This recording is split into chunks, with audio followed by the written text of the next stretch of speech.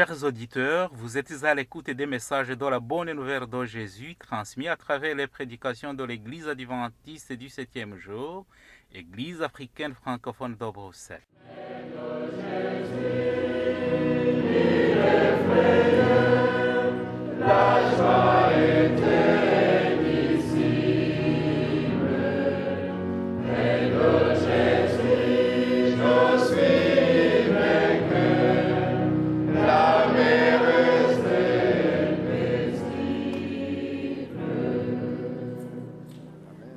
C'est ainsi qu'a commencé la bonne nouvelle de Jésus-Christ, le Fils de Dieu.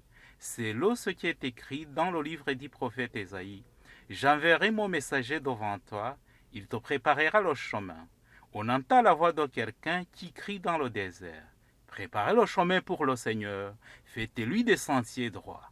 Marc chapitre 1, verset 1 à 3. Itangiro ry'ubutumwa bwiza bwa Yesu Kristo, umwana w'Imana.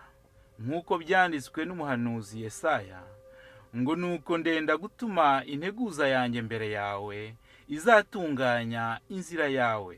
Ijwi ry'urangurira mu butayu, ati nimutunganye inzira z'Uwiteka, mugorore inzira ze. Mariko igice cya mbere, umurongo wa mbere kugeza ku wa gatatu.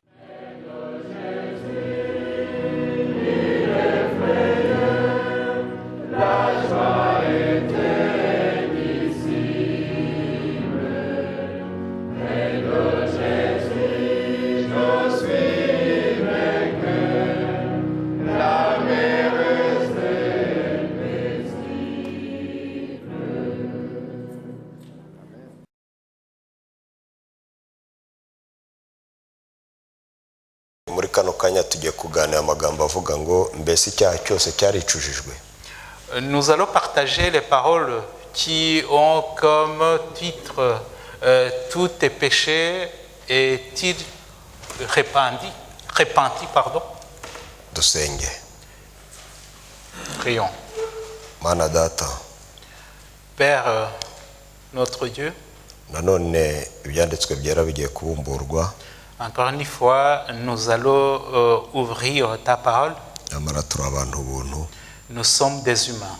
Ndaritse mwuka wera w'Imana we mwigisha mukuru kugira ngo abari we uganiriza umutima wa buri muntu wese. J'invite le Saint-Esprit, le maître adéquat pour qu'il parle à tout cœur de chacun de nous. Ngewe wese mbure abari uganza muri njyewe kandi uganza muri no teraniro. Que je me fasse, mais plutôt que ce soit toi qui se manifeste, que ce soit à travers moi, que ce soit pour toute l'assemblée. Niko gusenga kwanjye mu izina rya Yesu. Amen. C'est ma prière au nom de Jésus. Amen. Mbese icyaha cyose cyaricujijwe. Tous tes péchés est-il repenti? Mbese mu byemezo ufata mu mibereho yawe ya buri munsi icyaha cyose cyaricujijwe. Dans toutes les décisions, tous les actes que tu poses chaque jour, t'es-tu repenti? Mbese mu mishinga yawe ukora cyangwa se uteganya icyaha cyaricujijwe. Tout péché est-il repenti dans tous tes projets que tu prévois? Mbese mu byo wikorera icyaha cyaricujijwe. Dans ce que tu fais pour toi-même, tu t'es repenti? Ku bafite abakoresha mbese ibyo ukorera shobuja uguhemba icyaha cyaricujijwe. Dans ce que tu fais pour ton patron ou ton employeur, tout péché est-il repenti? Mbese abamaze kugira mu mushinga wo kubaka urugo tukaba tuzubatse mu ngo zacu icyaha cyaricujijwe. Dans nos foyers que nous avons fondés, tout péché est-il repenti? Mbese abasore bari hano bateganya gushinga urugo bakaba babifite nk'umushinga icyaha cyaricujijwe. Le futur marié, dans votre projet, tout péché est-il repenti? Ubwo nateguraga aya magambo hari ijambo ryakomeje kunzamo ry'ikinyarwanda. Lorsque je préparais cette méditation, il y a un mot qui m'est toujours revenu. Mukanya naribwiye umuvandimwe urimo ansemura numva riri buze gukomera kuko ndirakomeye.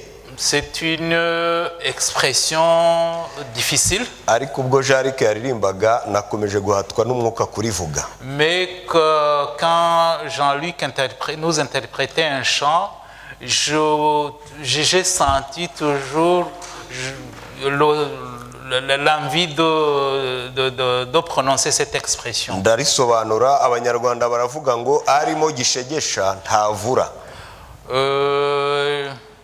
Je le dis que, il y a une expression rwandaise qui veut dire que quand il y a un obstacle, ndagerageza kurisobanura. Icyo bavugaga na amata. On parlait du lait. Amata uko yaba yera uko ariko kose. Peu importe que le lait soit blanc. Igicuba waba yagishyizemo uko cyaba kimeze kose. Peu importe le contenant du lait. Uko waba wagisukuye kose. Peu importe comment tu l'as nettoyé. Iyo arimo ikibazo y'amata. Quand le lait contient de la saleté. Ikibazo ntikibe aho yateretse. Et que le problème ne vient pas de là où tu l'as mis. Ahubwo amata ubwayo akaba ari ikibazo. Et que le problème se trouvait même dans ce lait. Ntabwo kwera kwayo kuri butuma ayo mata avura. Le fait est que ça soit du lait ne va pas être écaillé ou c'est très quoi? Yego. Yego. Oui, être écaillé. Kuko afite ikibazo. Puisque ce lait même a un problème. Ni nayo mpamvu mu mucyo w'amagambo tugiye kuganira. Raison pour laquelle la tête ou bien le sujet de l'entête ou le sujet des paroles que nous allons partager. Icyaha kiticujijwe ni gishegesha. Tout péché qui n'est pas repenti ne s'élimine pas facilement. Igishegeshwa. Igitabo cya kabiri cy'ibyo ku ngoma igice cya 14 harimo amagambo tugiye kuganiraho. Muri iki gice cya 14 cy'igitabo cy'ibyo ku ngoma tuhasanga umwami w'abayuda, umwami wakoze ibintu byiza bitangaje bishimwa n'Imana witwa Asa. Des Chroniques chapitre 14, nous y trouvons un roi du nom Asa. Uyu mwami yari umwami w'abayuda wakoze ibintu bitangaje byiza kandi bishimwa n'Imana. C'était un roi de Juda qui a fait qui a travaillé selon la volonté de Dieu. Ntabwo turi bubashe gusoma ahubwo turi buganire kuri bimwe mu bintu ibyanditswe byera bitubwira yakoze. On ne va pas lire tout le texte, mais on va parler de certains actes, de certaines actions qu'il a posées. Uyu mwami yakuyeho ibicaniro n'ingoro byose by'ibinyamahanga byari mu gihugu cye. Ce roi avait démoli les statues et des idoles. Uyu mwami yasenye inkingi abasengaga ibigirwamana bari barubatse. Il avait détruit les palais et les piliers des idoles. Uyu mwami yategetse yashyizeho itegeko kuko yari umwami ategeka abayuda bose gushaka Uwiteka nk'Imana yabase gukuruza babo. Il avait invité et ordonné tous les Juifs de chercher l'Éternel. Uyu mwami Asa uretse gutegeka abayuda gushaka Uwiteka nk'Imana yabase gukuruza wabo, yategetse abantu bose abayuda bose kwitondera amategeko y'Imana. Et il a invité tous les Israélites à chercher l'Éternel. Aragenda akuraho mu midugudu yose ibishushanyo by'izuba byari bihari byasengwaga. Dans tous les villages, il a démoli et détruit les idoles que les gens venaient, devant lesquelles les gens venaient s'agenouiller. Ku murongo wa 5 w'iki gice cya 14 au verset 5 de ce chapitre, muri iyo myaka yose yamaze ayobora ari muri icyo cyerekezo cyo gukora iby'Imana ishaka. Durant toutes ces années que Asa a passé à chercher à faire la volonté de Dieu, Comme nous le- ntihagira intambara n'imwe arwana kuko uwiteka yari yamuhaye amahoro n'ihumure. Comme Dieu lui avait donné la paix et la tranquillité, il n'a jamais connu de guerre. ngiye mpora mu ntambara. ngiye mpora mu ntambara. Moi, j'ai toujours un combat. mbese nawe niko bimeze? Il en est ainsi pour toi aussi. ahari nawe waba uri gishegesha nkanjye, ukaba uri nyirabayazana nkanjye. Tu peux être la source de ton combat. kuko ahangaha impamvu yera yirabura yatumaga atarwana ni uko uwiteka yari yamuhaye amahoro n'ihumure kubera ibyo yakoze. Le roi Asa n'a pas connu de guerre parce que l'Éternel lui avait donné la paix et la tranquillité suite aux actes qu'il avait aya mahoro posés. n'ihumure byabaye ingaruka ku butegetsi bwa Asa kuko yari yakoze ibishimwa n'uwiteka Imana. Cette paix et ce calme étaient la conséquence de ce qu'il avait fait qui avait été approuvé par l'Éternel. amahoro n'ihumure biba mu gihugu hose. La paix et la tranquillité étaient répandues dans tout le pays. Asa yari umwami udasanzwe. Asa était un roi extraordinaire. turi mu isi kuva icyaha cyakwinjiramo ivuga ngo niba ushaka amahoro tegura intambara. Le monde dans lequel nous vivons, le monde qui est dominé par le péché, a comme devise que si tu veux la paix, tu dois préparer la guerre. uretse ibi bishimwa n'Imana Asa yakoze, hari ibindi bintu ibyanditswe byera muri iki gice cya 14 cy'ibyo ku ngoma batubwira. À part ces actes selon la volonté de Dieu qui avait été fait par le roi Asa, nous trouvons dans son même chapitre le reste de ses actions. De ses Asa actes. aragenda asaba abayuda bose kubaka inkingi zigose imidugudu yabo baraklotira. Asa avait demandé au peuple israélite de construire les murs qui entouraient leur village. barangije bashyiraho iminara, Et ils ont monté des tours bashyiraho inzugi ku marembo. et ils ont mis des portes. uretse inzugi ngo bashyizeho n'ibihindizo, bishatse kuvuga inzugi zikomeye ku buryo ntawashoboraga kubameneramo. Et ils avaient solidifié ces portes même. ariko nubwo Imana yari yamuhaye amahoro n'ihumure ntagire intambara arwana, Mais malgré que Dieu lui avait donné la paix et la tranquillité et lui avait évité les guerres, Satani ntabwo yanyuzwe nuko amahoro aganje mu Bayuda. le diable n'en était pas content. Il n'était pas content du fait que la paix régnait chez les Israélites. maze kubwo kutanyurwa kwa Satani ateza intambara. Alors, Satan a provoqué la guerre. Imana itanga amahoro n'ihumure Dieu donne la paix et la tranquillité iyo twakoze ibyiza bishimwa nayo, suite aux bons actes que nous avons faits. ariko gukora ibyiza bishimwa n'Imana bituma Satani adushoraho intambara. Mais cela pousse le diable à nous entraîner dans des guerres. maze aterwa n'Abetiyopiya Asa a été attaqué par les Éthiopiens, bari bayobowe n'umugabo witwa Zera, dirigé par un certain Zèle. ibyanditswe byera bitubwira ko yari afite ingabo agahumbagiza ibihumbi n'ibihumbi. Et ce dernier avait une grande armée, zari zifite ibikoresho bitangaje harimo n'amagare y'intambara. bien armée et bien équipée. nuko Asa mu gihe yari yaramenyereye amahoro n'ihumure abona intambara. Au moment où Asa vivait la paix et la tranquillité, la guerre l'a surpris. umwami utarigeze ategura intambara Un roi qui n'avait guère préparé la guerre, kandi yarashakaga amahoro, et qui voulait la paix, none atewe n'intambara, est surpris par la guerre. yabigenje ate? Comment est-ce qu'il s'y est pris? nuko Asa ashyira ibyiringiro bye Asa a mis sa confiance mu Uwiteka. en l'Éternel.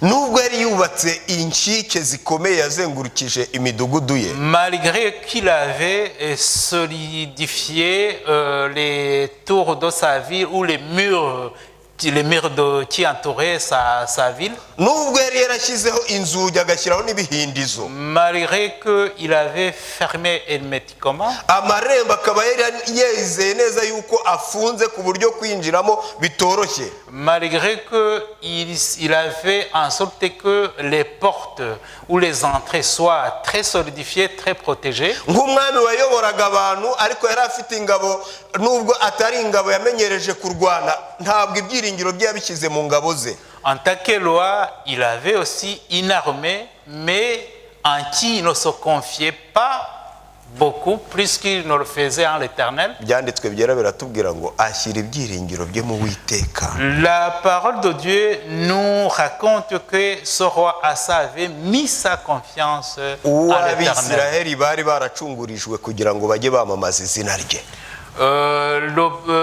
L'Éternel, pour qui les Israélites avaient été appelés à mettre leur confiance et leur foi en lui. Iyo uhuye n'ibibazo n'ibitugerageza muri ubu buzima bwa buri munsi, Quand tu rencontres des problèmes ou des épreuves dans notre vie de chaque jour, ibyiringiro byawe bishyira muri nde? en qui places-tu ta confiance ou ton espérance? Iyo uhuye n'ibikubuza uburyo Quand tu rencontres des difficultés bikagutesha umutwe, qui te déséquilibrent, ibyiringiro byawe bishyira muri bande? en qui est-ce que tu mets ta confiance? Mbese waba uri umugabo ukabishyira mu mugore cyangwa umugore ukabishyira mu mugabo? Mets-tu ta confiance en ta femme ou si tu es une femme, mets-tu ta confiance en ton mari? Mbese wabishyira mu bana bawe? Peux-tu placer ta confiance à tes enfants? Mbese wabishyira mu byo wagezeho wakoze? Est-ce que tu peux te confier en tes actes réalisés? Asa ku rugamba ashyira ibyiringiro byo mu Uwiteka. Au moment où Asa était assailli, il a mis sa confiance à l'Éternel. Nubwo yari azi neza yuko imidugudu igize igihugu cye cy'Ubuyuda yayizengurukije ibihindizo neza. Bien que sa ville était très protégée, maze Asa ashyira ingabo ze ku rugamba. Alors Asa a mobilisé son armée. Hari ikintu gikomeye cyane Asa yakoze muri iki gihe cy'ihumure n'amahoro. Il y a une chose très importante qu'Asa avait faite au moment où il avait la paix dans tout son pays. Aho isi tujyana mu gihe cy'ihumure n'amahoro ni igihe cyo kwinezeza. Le monde actuel, quand on a la paix, on se met à se réjouir, on se permet des réjouissances. Ni igihe cyo kwishimisha. C'est le moment où on doit jouir. Ariko kuko Asa mw'icyo gihe we yari yarimenyereje ikintu gikomeye cyo gushakashaka Uwiteka. Mais comme par contre Asa s'était habitué à chercher l'Éternel, ni nayo mpamvu mu gihe cy'urugamba, mu gihe cy'ingorane yongeye kujya kumwishingikirizaho kuko kari akamenyero ke ka buri munsi. Même au moment où il avait entouré, où il avait été menacé par une armée ennemie, il a continué à faire sa confiance, à mettre sa confiance à l'Éternel. Mbere yuko ashyiriza ingabo ze ku rugamba, avant qu'il aligne son armée, nasomye amagambo mu gitabo cy'Abami n'Abahanuzi. J'ai lu un passage dans le livre Prophète et Roi. Ngo Asa hamwe n'abayobozi b'Abayuda bose. Ce passage disait que le roi Asa et tous ses dirigeants, ngo mu ntekerezo zabo, dans leurs pensées, no mu byo babazanyaga, dans tout ce qu'ils échangeaient, ngo habaga harimo iki kibazo rukumbi ngo il y avait une seule question qu'ils se posaient. Mbese icyaha cyose cyaricujijwe? Il se demandait, il s'assurait si tout péché était repenti parmi eux. Ntabwo ari ugukora ibyo Uwiteka ashaka gusa. c'est pas seulement faire la volonté de Dieu, ahubwo iteka ryose kuko bari bari mu isi bazi neza yuko isi igira rwinshi, mais tout le temps comme ils vivaient dans le monde et le monde a beaucoup de surprises, bahoraga bibaza iki kibazo ngo mbese icyaha cyose cyaricujijwe. ils voulaient toujours s'assurer que il s'était repenti de tout péché. Ese uretse ivugurura nakoze muri iki gihugu mbese nta bindi byaha cyangwa icyaha cyaba kigisigaye muri twe? Il ne se fiait pas seulement à tous ces actes réalisés dans le pays, mais aussi il voulait s'assurer si tout péché était repenti. Hari igihe tujya tugera ubwo Satani akadutera, Il nous arrivait que le diable nous attaque.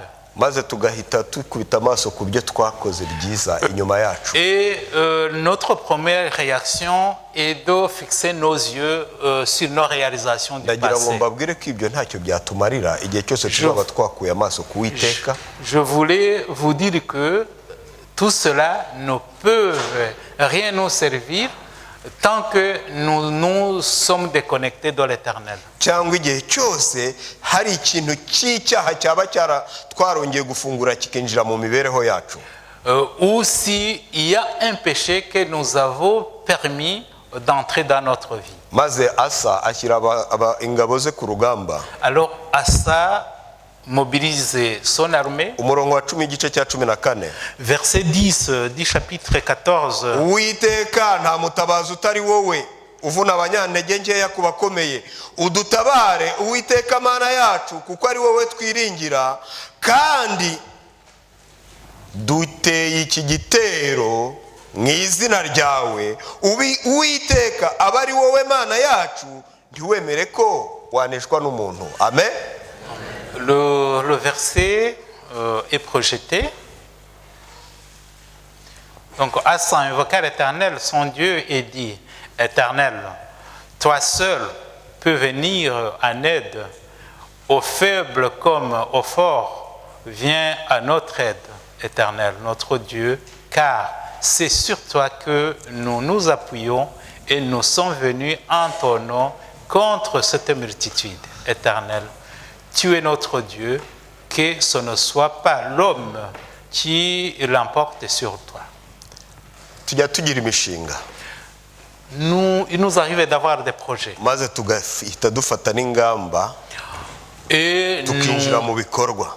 nous prenons des stratégies aussi pour mettre en acte ou en pratique ou en route ces projets. Iyo tugiye mu ibyo tugenda mu izina rya nde. Alors quand nous réalisons des projets, nous le faisons en entier nom. Niba uri mu kazi kawe ka buri munsi ugakora mu izina rya nde, Alors si tu travailles, si tu vas à tes activités quotidiennes, tu le fais entier nom. ko nge nawe tudakingiye ko aho twaba turi hose Satani ashobora kutugabaho ibitero, tuba twumva twishingikirije kuri nde?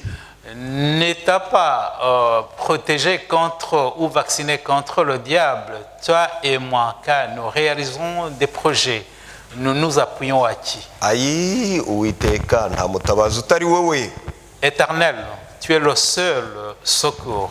ni wowe wenyine twiringiye. En toi seul, nous avons confiance. None iki gitero tugiteye mu izina ryawe, Et alors cette attaque, nous la lançons en toi. ntiwemere ko waneshwa n'umuntu. Ne permets pas que l'homme l'emporte sur toi. Mbega isengesho ryiza, Quelle belle prière. mbega isengesho umukristo wese wizera Imana akwiye gusenga muri iki gihe cya none. Quelle belle prière que doit avoir tout chrétien de nos jours. Ijambo ry'Imana ritubwira neza yuko tutarwana n'abafite umubiri n'amaraso, La parole de Dieu nous dit que nous ne combattons pas contre ceux qui ont la chair et le sang. ahubwo turwana n'abafite ubushobozi n'abategeka iyi si y'umwijima. Mais nous combattons contre ceux qui gouvernent ce monde des ténèbres. None mu ntambara turwana mu buzima turwana twishingikirije kuri nde? Alors comment, sur qui nous nous appuyons quand nous combattons nos combats de chaque jour? None ko aba baturwanya, aba batware b'isi y'umwijima ndetse n'imyuka mubi bayobowe na Satani badashobora guhuga Et si ces chefs de mauvais esprits et de ce monde des ténèbres ne peuvent pas être distraits, mbese muri urwo rugamba turwana twumva duhanganye n'abo bantu kuko barwanya ubutungane bw'Imana.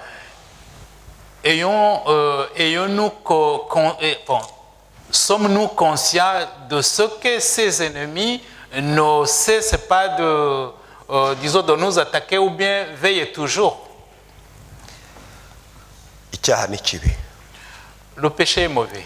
Asa mu gihe yari afite iryo banga yuko icyaha cyose kiticujijwe gishobora gutuma atagira amahoro n'ihumure mu gihugu cye, au moment où Asa était conscient qu'il ne peut pas avoir la paix et la tranquillité tant que tout péché n'était pas repenti, bikamutera guhora ashaka Imana agakora ibyo gushaka kw'Imana, ce qui le poussait à chercher l'Éternel sans cesse, amahoro yarabonetse.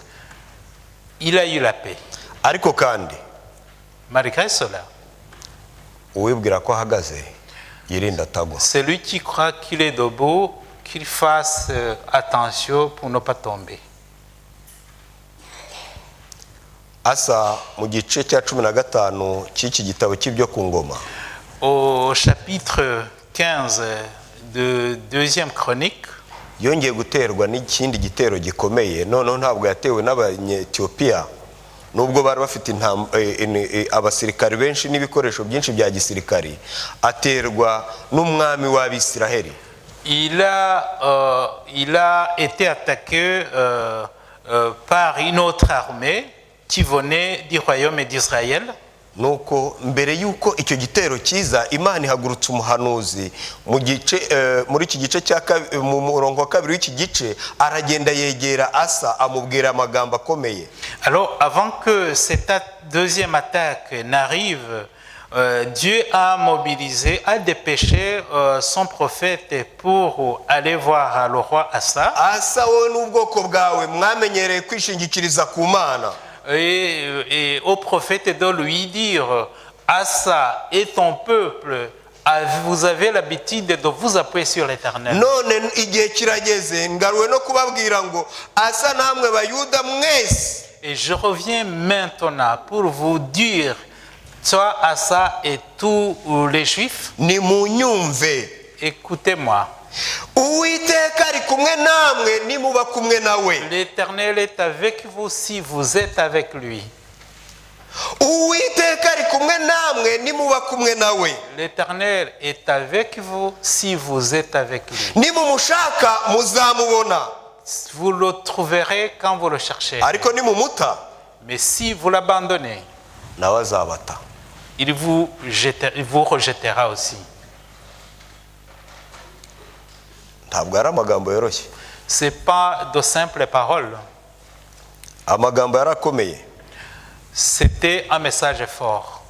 Ntabwo umuhanuzi yahagarikiye aho, ahubwo yarakomeje ati nimukomere. Au prophète de suivre en encourageant Asa et son peuple. Nimukomere. Il a dit, soyez forts. Amaboko yanyu yo gutendebuka kuko imirimo yanyu izagororerwa. Que vos mains ne fléchissent pas parce que vos actes seront récompensés.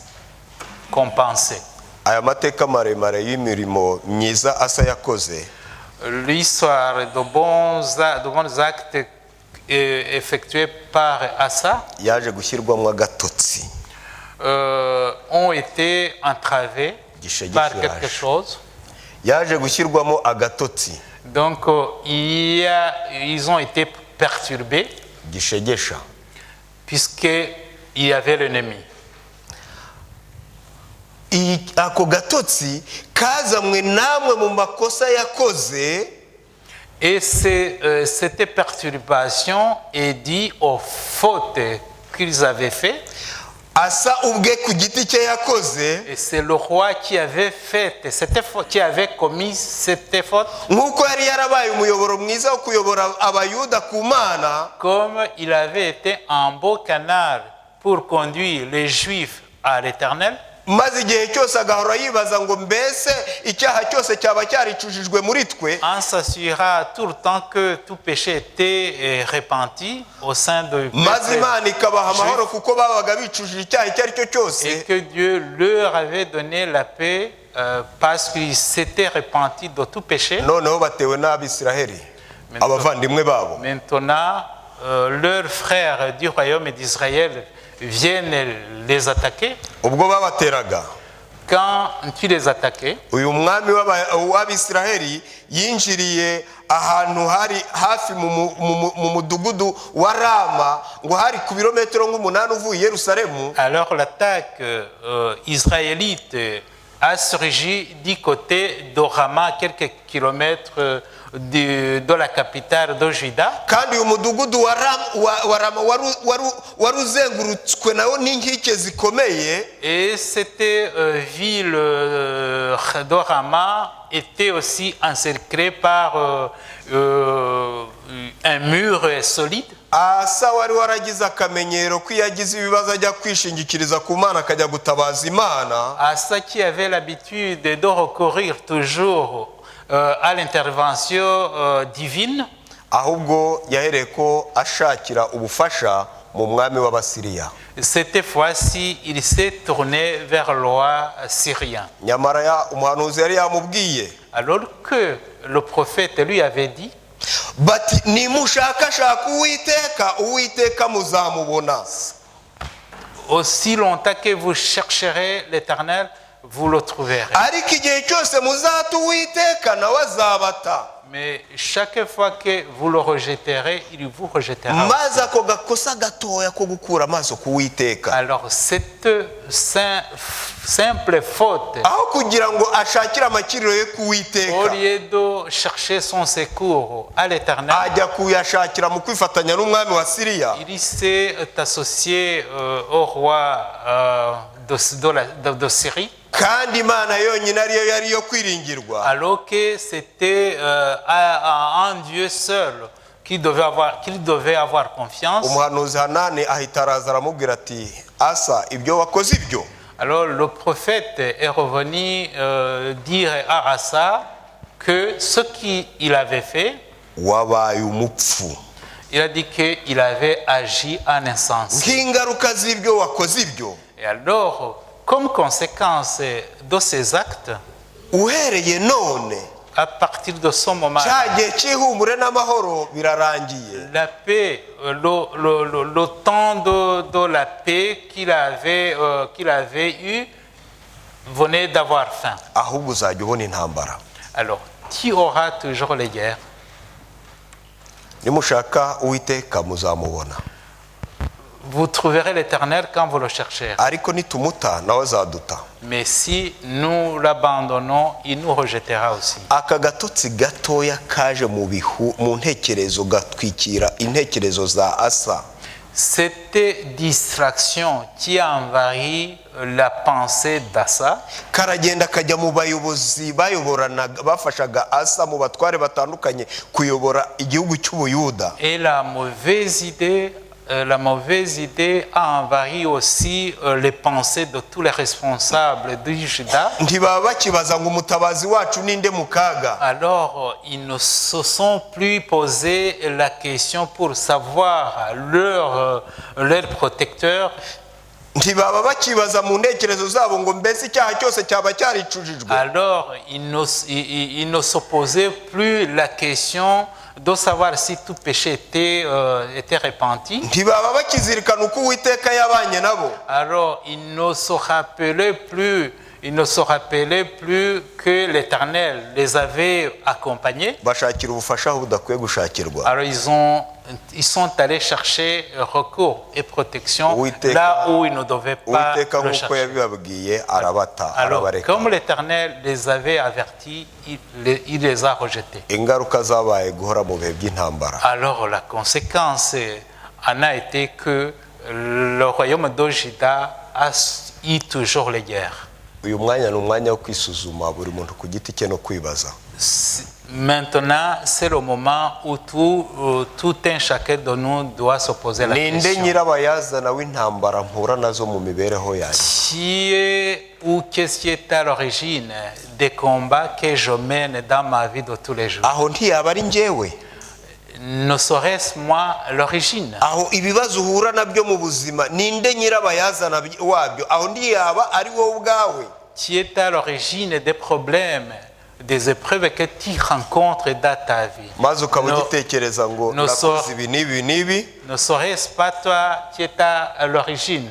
Et au moment où tu ne te poses plus la question pour savoir si tu as fait ça ou cela, ariko aka gatotsi gatoya ko gukura amaso ku Mana akayahanga umwami w'Abasiriya kazanye ibibazo. Cette petite erreur de décrocher ou bien d'enlever les yeux de l'Éternel. uwibwira ko ahagaze yirinda atagwa. Celui qui croit qu'il est debout, qu'il fasse garde pour ne pas tomber. dusoza ndagira ngo dusome amagambo yanditse mu rwandiko rwa mbere rw'Abakorinto igice cya 5 umurongo wa 6 ndetse n'umurongo wa 7. Pour clôturer cette méditation, je voudrais qu'on lise ces paroles que nous trouvons dans 1 Corinthiens chapitre 5 verset 6. mbese ntimuzi yuko agasemburo gake gatubura irobe ryose? Ne savez-vous pas qu'un peu de levain fait lever toute la pâte? agasemburo gake. Un petit levain. agasemburo gake. Un petit levain. gatubura irobe ryose. Fait lever toute la pâte. ni akahe gasemburo gake naba nimitse mu mibereho yanjye? Qui est le petit levain que je garde dans ma vie? birashoboka 2022 Il est possible que 2022, buri muntu wese yisuzume yinire arebe nimba nta gasemburo gakeya yaba yarimitse mu mibereho ye. alors que chacun de nous s'examine pour voir s'il n'a pas caché ou gardé un petit levain dans notre vie de chaque jour. kuko gashobora gutuma Imana imukuraho amaboko. Puisque ça peut provoquer l'abandon de l'Éternel. niba Imana yarakuye amaboko kuri Asa, Si umwami wakoranye nayo akabana nayo agashyikirana nayo, Dieu a rejeté le roi Asa, qui a travaillé avec lui, qui a collaboré avec l'Éternel pendant des années, twizere cyangwa tumenye tudashidikanya ko Imana yacu idahinduka bishobora natwe kutubaho. sachant que notre Dieu est éternel, il ne change pas. Ce qui est arrivé au roi Asa peut nous arriver aussi à notre tour. kuki twakishimira gukomeza gukora iby'ubupfu? Pourquoi nous contenterons-nous de faire toujours à l'insensé? umurongo wa 7 Pawulo ati nimwiyezeho umusemburo wa kera kugira ngo mube irobe rishya. Au verset 7 dans 1 Corinthiens chapitre 5, nous lisons: faites disparaître le vieux levain. mwiyezeho umusemburo wa kera kugira ngo mube irobe rishya. Faites disparaître le vieux levain afin que vous soyez une pâte nouvelle. mube mutakiriho umusemburo wa kera kuko Pasika yacu yatambwe ari we Kristo Yesu. Puisque vous êtes sans levain, car quand Christ, notre Pâque, a été immolé. Isomye mu magambo usobanuro bwa Bibiliya Pawulo akoresha hano. Quand nous lisons dans les commentaires de la Bible, quand Paul a utilisé ces mots, agasemburo gake, un peu de levain, abashaka kugaragaza ko ari kibi, il veut dire que c'est le péché, le mal qui nous envenime. nyamara igihe cyose tuyigumanye ishobora kutuzanira akaga kanini cyane. Et tant que nous le gardons, ça peut produire des méfaits inconsidérables. ikibi cyangwa icyaha ntabwo kigombera ubunini.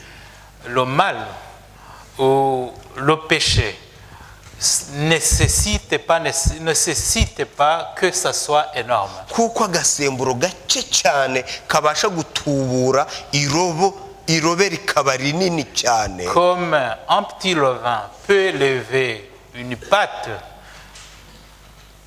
ni nako n'icyaha gishobora icyaha gito, ikibi gitoya, cya kindi ndetse rimwe na rimwe dushaka guhumiriza amaso ngo tutakireba, gishobora kugira ingaruka zikomeye cyane ku mibereho yacu. un petit péché ou un mal négligeable peut avoir des conséquences énormes dans notre vie. Yaba ari imibereho y'iby'umwuka ndetse n'imibereho Que ce y'iby'umubiri. soit notre vie spirituelle, que ce soit notre vie matérielle ou notre vie ordinaire. N'ahantu niyo mpamvu Pawulo avuga ngo ikibuko cyaba kingana kose. C'est pour cela que l'apôtre dise que peu importe l'importance du mal, Uko cyaba kimeze kose, que peu importe sa nature, gikwiye kwamaganwa doit être abandonné kuko turaba ou umugisha. condamné. Parce Kuko que turaba umugisha. nous sommes dans la bénédiction. Uyu munsi dufite Kristo Yesu wacu watambwe. Aujourd'hui, nous avons Jésus-Christ qui a été immolé. Ni nayo mpamvu turarikirwa gukuraho imisemburo ya kera, tugasenda icyaha icyo ari cyo cyose mu Raison mibereho pour yacu. laquelle nous sommes invités à abandonner le vieux levain, éliminer ou abandonner tout péché, tout mal. Aha Pawulo yagarukaga ku mibereho y'Abisiraheli ubwo igihe cyabaga kigeze cyo kugira ngo bajye kuri Pasika. Ici, l'apôtre Paul revenait à la vie, à la façon de vivre des Israélites lorsque le moment était venu de célébrer la Pâque. Abisiraheli babaga basabwa gukura umusemburo wose mu mibereho yabo mu nzu zabo. Tous les Israélites étaient invités à éliminer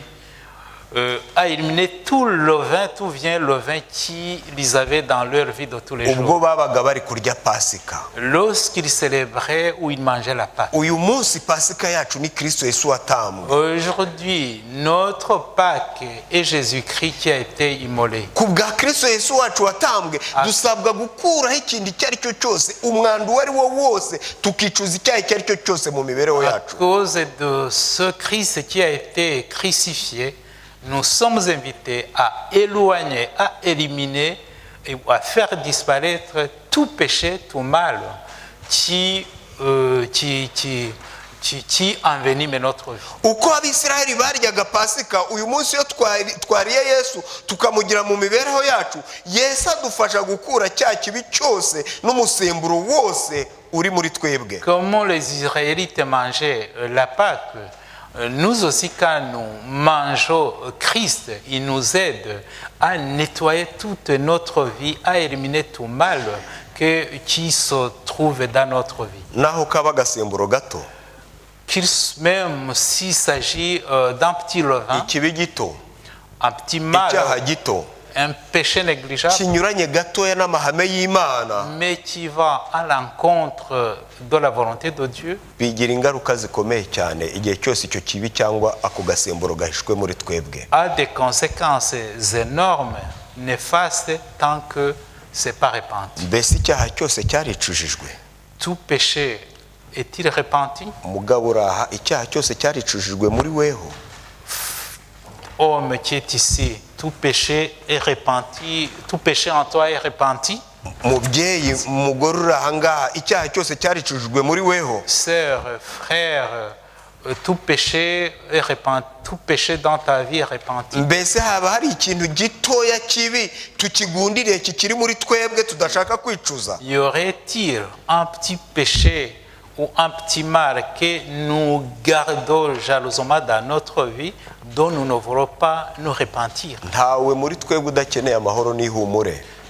Tout un chacun de nous a besoin de la paix et la tranquillité. Ariko ibanga ryo kubona amahoro n'ihumure ni ukwicuza icyaha icyo ari cyo cyose mu mibereho yanjye, mu mibereho yawe. Mais le secret d'y arriver est de se repentir de tout péché, de tout mal qui entache notre vie. Uko Asa yabigize umuco bikamubaho byiza, Comme le roi Asa en avait fait l'habitude et avec de bons résultats. maze akazanamo agatotsi agakura amaso ku mana bikaba bibi, Et qu'à un moment donné, il a rejeté l'Éternel. uko byamubereye byiza niko natwe bishobora kutubera byiza. Comme ça était bénéfique pour lui, ça peut être bénéfique aussi pour nous. Uko byamubereye bibi akuye amaso ku mana niko natwe igihe cyose twakura amaso ku mana bishobora kutubera bibi. Alors comme les conséquences ont été fâcheuses lorsqu'il a détourné ses yeux dans l'Éternel, pour nous aussi ça peut être fâcheux si nous détournons de l'Éternel. Imana idufashe kugira ngo natwe tugire iyi nyifato ya Asa mu gihe yari akishingikirije ku mana. Que Dieu nous aide d'avoir un comportement et un agissement comme ceux d'Asa lorsqu'il s'appuyait toujours à l'Éternel. Yo kugira mu ntekerezo zacu iki kibazo ngo mbese icyaha cyose cyaba cyaricujijwe. D'avoir toujours dans nos pensées, c'était examiner et nous demander si tout péché dans notre vie est déjà répandu. Bana b'Imana dukeneye Yesu kuruta uko dukeneye kumukorera. Nous avons besoin de Jésus plus que nous avons besoin de travailler pour lui. Yesu wacu ntabwo abangikanywa n'ikibi icyo ari cyo cyose. Notre Jésus ne cohabite jamais avec tout mal.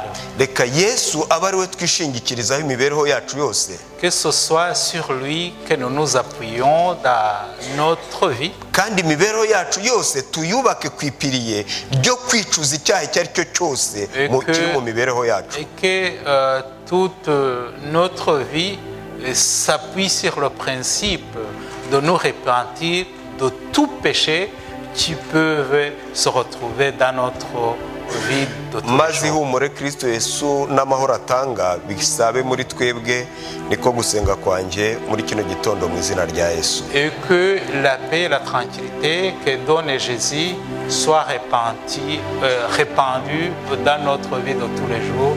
Et c'est ma prière ce matin pour vous et pour moi. Amen. Amen. Hahirwa umuntu ufite ibyiringiro bishyitse akiri muri miruho y'iyi si. Isi Asa yabayemo